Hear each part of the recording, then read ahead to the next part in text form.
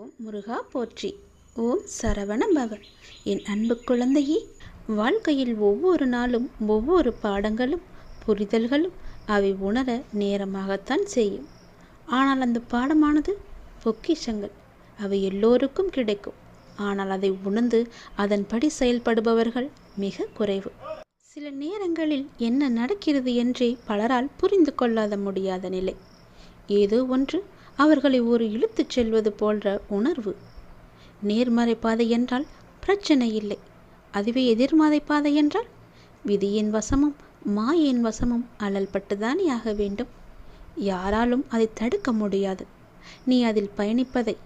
ஆனால் 2 பொக்கிஷங்கள் என் மேல் உனக்கு இருந்தால் நிச்சயம் உன் பாதை கடினமாக இருக்காது. அது என்ன 2 பொக்கிஷம் என்று தானே கேட்கின்றாய்? என் மீதான முழுமையான நம்பிக்கை, கொஞ்சம் பொறுமை, இது 2ம் தான்.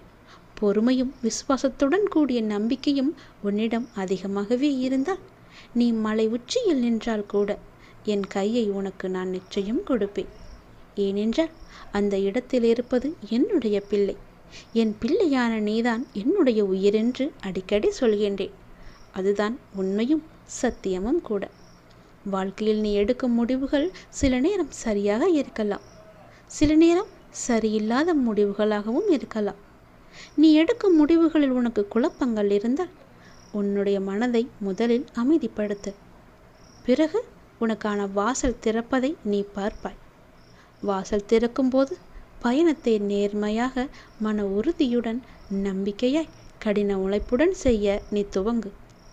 அது சேரும் இடத்தை வெற்றிக்கான இடமாய் நான் உனக்கு மாற்றி தருகின்றேன். நீ நல்ல மனமும் மனித நேயமும் கொண்ட என்னுடைய குழந்தை. உன்னுடைய அன்பு உண்மையானது, உன்னுடைய பக்தியானது தூய்மையானது. உனக்கும் உன்னை சுற்றி உள்ளவர்களுக்கும் என் பரிபூர்ண அருளும் ஆசீர்வாதமும் எப்போதுமே இருக்கும். நான் பெற்றெடுக்காத பிள்ளை என்றாலும் உன் மீதான முழு பொறுப்பும் என்னிடம் மட்டுமே இருக்கிறது. உன்னை பாதுகாத்து கரை சேர்ப்பது என்னுடைய கடமை. நீ என்னுடைய அரவணைப்பிலேயே எப்பொழுதும் வளரப் போகிறாய். இந்த உலகத்தில் கஷ்டங்கள் நிரந்தரமில்லை, கஷ்டப்படுத்தியவர்களும் நிரந்தரமில்லை.